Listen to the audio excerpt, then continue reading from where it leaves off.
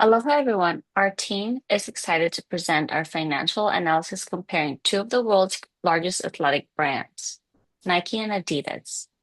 Our group includes Elisa Alvarez, Kylie Kiyuna, Christina Femin, myself, Athena Pickering, Laurel Stevens, and Ayumi Yoshimura. Together, we examined each company's financial statements, ratios, and key accounting indicators to evaluate their performance and overall financial health. Each member contributed through research, data analysis, and presentation design to ensure our findings were accurate and visually clear. By combining our individual strengths, we were able to provide a comprehensive comparison that highlights how accounting insights can reveal deeper business strategies behind two global leaders in the sports industry. Let's start with the first slide. Nike's corporate profile. Nike is headquartered in Beaverton, Oregon, USA, which is known as its world headquarters. The location is symbolic of Nike's roots. It's where the company was founded and where most of its major operations still practice today. As of the latest filings, Nike CEO is Elliott Hill, and the CFO is Matthew Friend. Matthew Friend has been with the company for many years and officially took on the CFO role in 2020. Both play key roles in driving Nike's global strategy, financial performance, and brand innovation. Nike was originally incorporated in 1967 under Oregon law, and since then it has grown into one of the most recognized and profitable athletic brands worldwide. Overall, this slide gives us a snapshot of Nike's leadership and foundation, important context before we dive into financials and accounting performance later in the presentation. Nike's history, products, and mission. Nike's business is designed in developing, marketing, and selling athletic footwear, apparel, equipment, accessories, and services worldwide. The portable operating segments are organized by geography in North America, Western Europe, Central and Eastern Europe, Greater China, Japan, and emerging markets. Mission vision of Nike. Nike often phrases its purpose around bringing inspiration and innovation to every athlete in the world. They define athlete as if you have a body, you are an athlete. You can get the exact phrasing from Nike's website in the 2024 annual report. On next slide, we're going to talk about Adidas' corporate profile. Adidas is headquartered in Herzogenaurach, Bavaria, Germany. The CEO is Bjorn Gulden, has been CEO since January 1st, 2023. The CFO today is Harm Olemeyer, and Chief Financial Officer and member of the Executive Board in the Adidas Group. Adidas' history, products, and mission. They trace roots to the Dassler brothers, Gebruder Dassler and Schuhwerk in the 1920s and 1940s, the formal establishment of Adidas, and is a separate entity in 1949. Adidas is a global producer of athletic and sportwear, footwear, apparel, hardware via its brands and segments. Adidas' purpose and mission. In the 2024 annual report, they emphasize its responsibilities across its value chain, sustainability, and that employees are key to the success. To ensure a fair comparison between Adidas and Nike, convert Adidas figures from euros to US dollars. Use of the dollar 0.0389 in converting spot rate. The two companies have different reporting dates. Adidas calendar year ended in December 31st, 2024, while Nike's fiscal year ended in May 31st in 2024. Now on to the next presenter. All right, I'll be presenting how are they doing financially. Here we're comparing Adidas and Nike's most recent financial performance. Adidas reported about 23.7 billion euros in revenue, which converts to roughly about 24.6 billion USD, while Nike nearly doubled that at 46.3 billion. Nike also achieved a much stronger gross income, almost 19.8 billion compared to Adidas's 12.5 billion. This shows that Nike maintains tighter control over production and pricing. And when it comes to net income and margins, Nike again outperformed with a 6.9% net margin compared to Adidas 3.5%, meaning that Nike converts a larger share of its sales into actual profit. These overall numbers reflect Nike's stronger operational efficiency and brand profitability globally. And next, we'll look at how these trends have evolved over the past 2 to 3 years. On the next slide, we'll also be looking at consolidated income statements. These are the consolidated income statements. Here, we're able to see where those summary figures come from, the official income statements from both Nike and Adidas. For Nike on the left, we're on the consolidated income statements. The slide. Yep, there we go. For Nike on the left, revenue reached over 46 billion with the cost of sales around 26.5 billion, leaving gross profit of nearly 19.8 billion after operating an administrative expense. Nike reported 3.2 billion in net income. On the right, it shows Adidas's shows about 23.7 billion in net sales and gross profit of 12 billion, resulting in a much smaller net income. These statements confirm that we saw in the previous slides, Nike consistently leads in profitability while Adidas continues its recovery phase. On the next slide, we'll look at notable trends from the last 2 to 3 years. Looking back over the last few years, Adidas faced a bit of a setback in 2023. Their revenue dropped slightly and they recorded a small net loss of 0.1% after being profitable in 2022. This is largely due to challenges with inventory management and the loss of certain brand partnerships. However, by 2024, Adidas started to recover and improving profitability and showing stronger performance going forward. Nike, on the other hand, maintained steady revenue growth around 51 billion in both 2023 and 2024, with gross income also rising slightly. Their net margin increased from 9.9% to 11.1%, which shows cost efficiency and sustained demand even in a tough market. In summary, while Adidas is rebounding, Nike has shown consistency and stronger financial control overall. On the next slide, basically, overall, the data clearly shows that Nike holds a stronger financial position supported by efficient cost management and higher brand profitability. While Adidas is gradually regaining stability after recent challenges, the gap between them has narrowed slightly, but Nike remains the leader in both the scale, performance, and brand. And then my classmate will talk about the next slides. So hi everyone, I'm Christine and I'll be sharing our financial analysis for slides 5 to 9. So let's start with short-term liquidity. This shows how well each company can pay off their debts, short-term debts. And for Adidas, this one, the quick ratio is 0.61 and the current ratio is 1.24, while Nike has a quick ratio of 1.3 and a current ratio of 2.2. So overall, Nike has a stronger liquidity position, meaning it's more capable of handling short-term obligations and unexpected expenses compared to Adidas. By the way, the formulas and the conversion solutions we use for these computations can be found in the speaker notes for anyone who wants to review and the detailed steps later. Next slide is about the leverage and solvency. This financial ratios assesses how much debt each company uses and how well they can meet long-term obligations.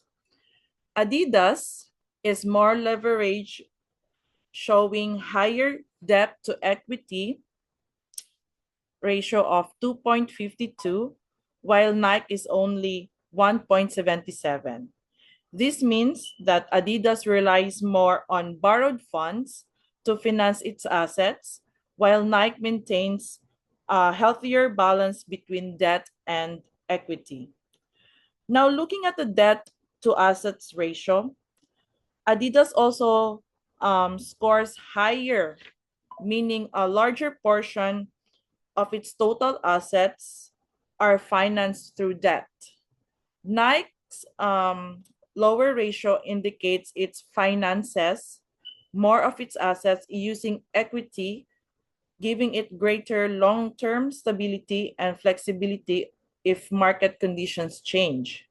Additionally, Nike's interest coverage ratio, this one, is much more stronger, about 36 times compared to Adidas of 6.8.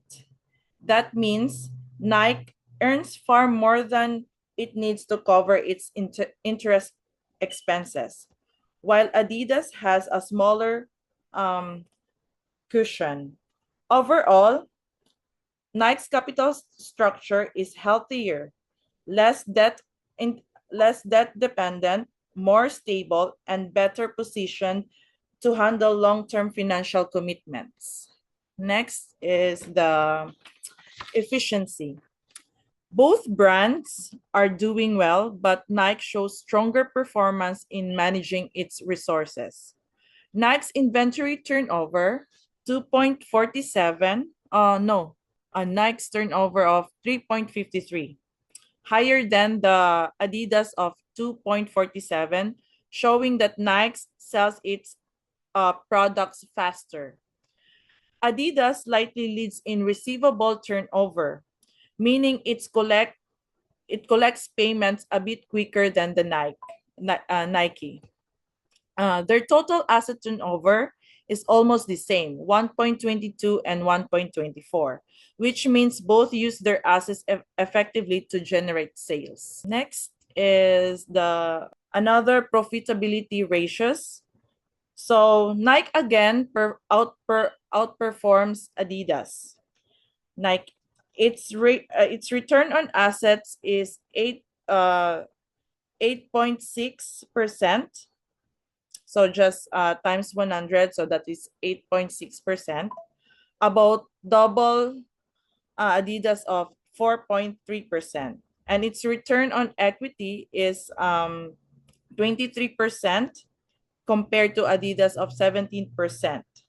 So Nike is doing a better job turning both its assets and shareholders' equity into profit. So the last one is the market ratios or the investor's perspective. So Adidas earnings here, this one, the upper part. Adidas earnings per share ranges from 4 point, hold on, I'm gonna show you in here, 4.40. So 4.24 times 1.0389, that's the conversion rate, the spot rate. So that is 4.40 in dollars, while Nike is 2.17 right here, earnings per share, basic earnings per share.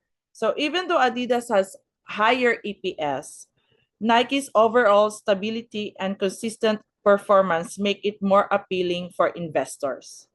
To wrap it up, Nike shows stronger liquidity, solvency, efficiency, and profitability, making it financially more solid overall. And that's it, everyone. Thank you. And then now I'll pass it over to Kylie, who will continue with the next part of the presentation. So in the slides, we will be talking about the stock analysis. And so looking at Nike when you trade it, it's Nike as the brand, but it's NYSE or NSKE in US dollars because they convert from euros. And Adidas trades in the US as ADR under like ADDYY and like when you trade it in the US also. So the ADR prices already include foreign exchange effects, which is the FX. Since Adidas is listed in Germany as like something completely different or it doesn't have the same abbreviation. So don't like compare Adidas ADDYY directly to the Adidas in Germany because it's like the difference euro to dollar. And so in the next slide, I'm going to be talking about the price performance. And so with the price performance, as the date, we've collected this data as of October 17th, 2025. And so we're basically showing how Nike and Adidas stock prices has changed over the past 3 months, the year, and like the past 5 years. So both are down overall due to the tariffs, due to COVID, and due to all of that. And so, as we can see, Nike has dropped more in the short term in 40% in 3 months, while Adidas fell more over the 5 years. So overall, there's just like a weak performance and investor pressure. And in the next slide, I'm going to be talking about the EPS, and Valorium.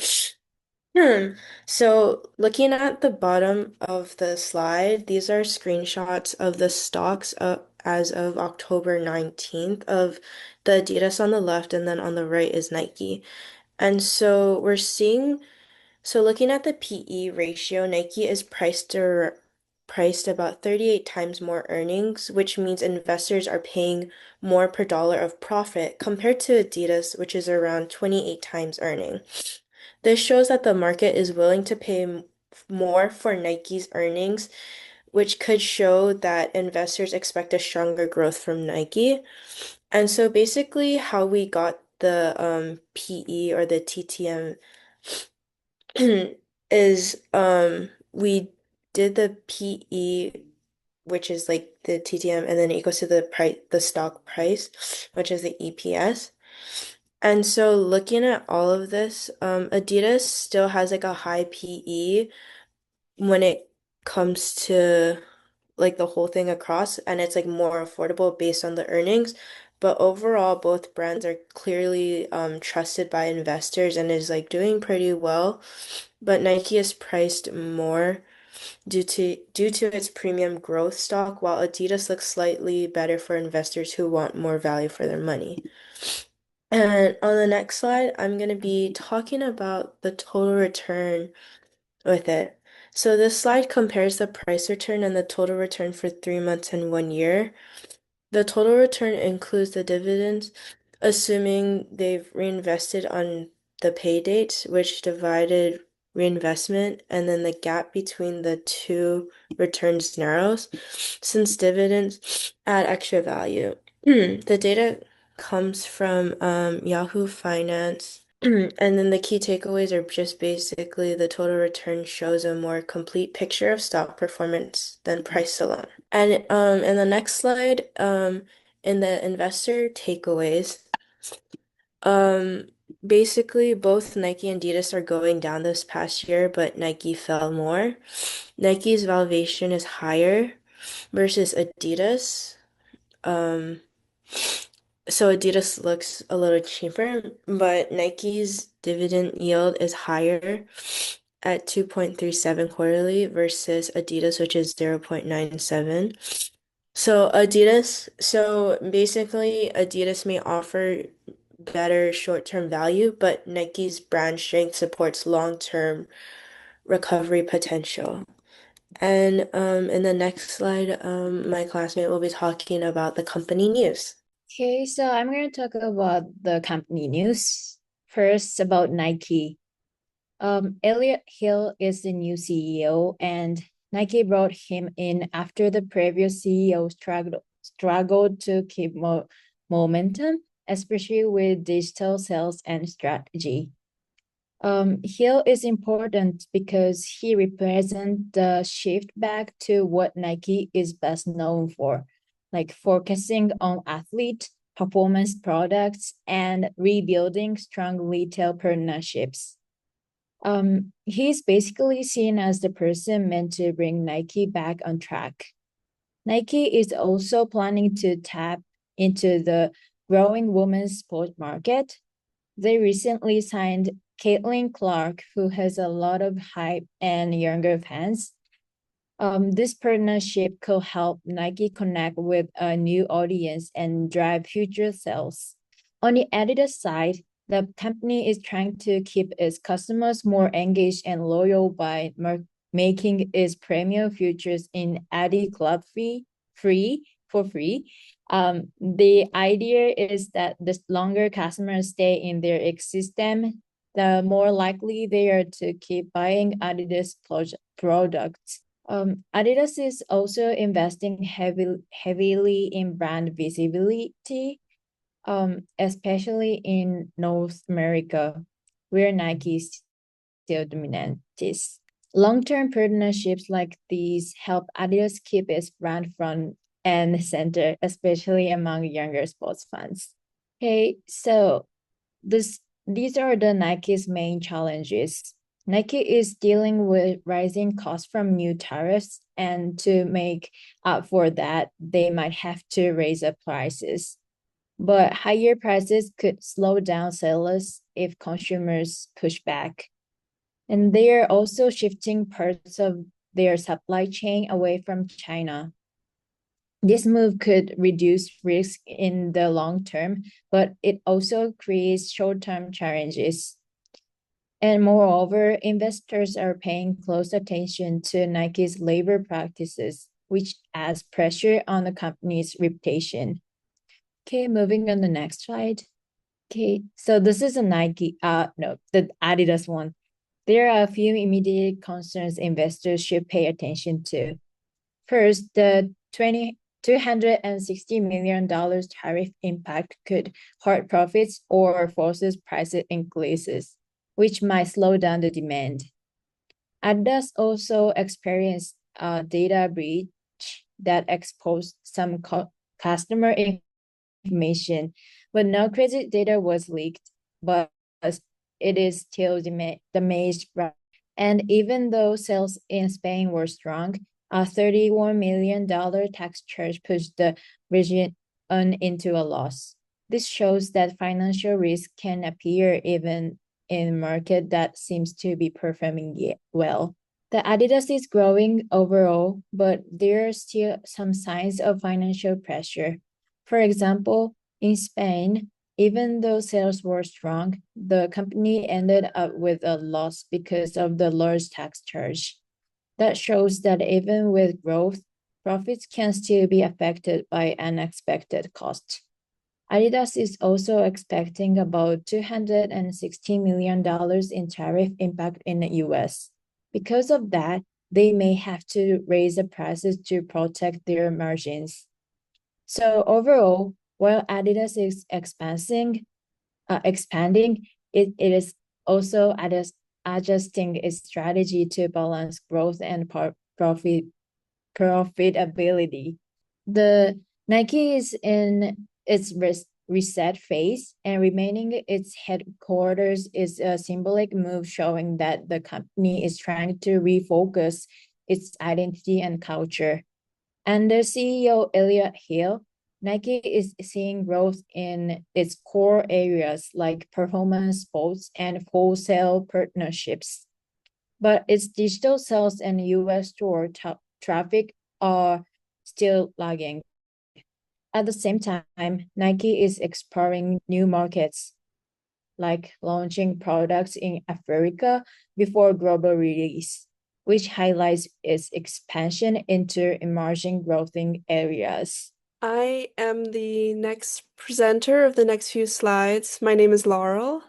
Nike product strategy is shifting in a noticeable way. They began releasing products in emerging markets like Africa before launching them globally, which shows they're trying to tap into new growth areas. They are also putting more focus on performance categories and women's sports. Adidas is developing a new service and products. They're running hard, upgrading their digital loyalty platform, and moving on into sustainability and circular product initiatives. These show how they are planning for the future beyond just footwear by building engagement and brand purpose into their offerings. Both Nike and Adidas are moving forward, but they're doing it in different ways.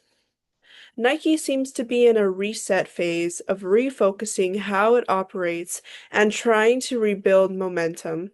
Adidas, on the other hand, is pushing harder on growth, but is feeling more pressure on margins. Both brands are releasing new products and investing in innovation, which is a good sign, but it is still important to keep an eye on short-term challenges like tariffs, supply chain shifts, and rising competition. Our analysis reveals a codependent relationship in the sportswear market, where Nike and Adidas define each other's competitive landscape. However, the financial data shows a relationship where one partner has established a clearer path to mutual well-being. Nike's financial performance demonstrates a stronger ability to sustain itself and the broader ecosystem. Its higher gross and net margins are not just numbers, they are a testament to a system of efficient operational control and valuable brand perception. This financial health allows Nike to be a more stable and influential force, setting a benchmark that strengthens the entire industry's pursuit of excellence. So, our recommendation is straightforward. We would invest in Nike. Why? Because in investing, our decision is governed by Nike's profitability. That 6.9% net margin is the main reason. It's the word that shows how efficiently Nike converts sales into profit. We invest in Nike because its financial stability allows it to lead the relationship with the market from a position of strength, not control. Its superior profitability and operational efficiency means it can better nourish its own strength, its own growth through innovation and marketing, which in turn raises the standard for all. By supporting the stronger partner in this dynamic, we are investing in the system's overall resilience and capacity for future growth. This choice acknowledges that a thriving Nike compels a stronger Adidas, fostering a healthier, competitive environment for everyone. These are our references. We reference, so thank you. Thank you.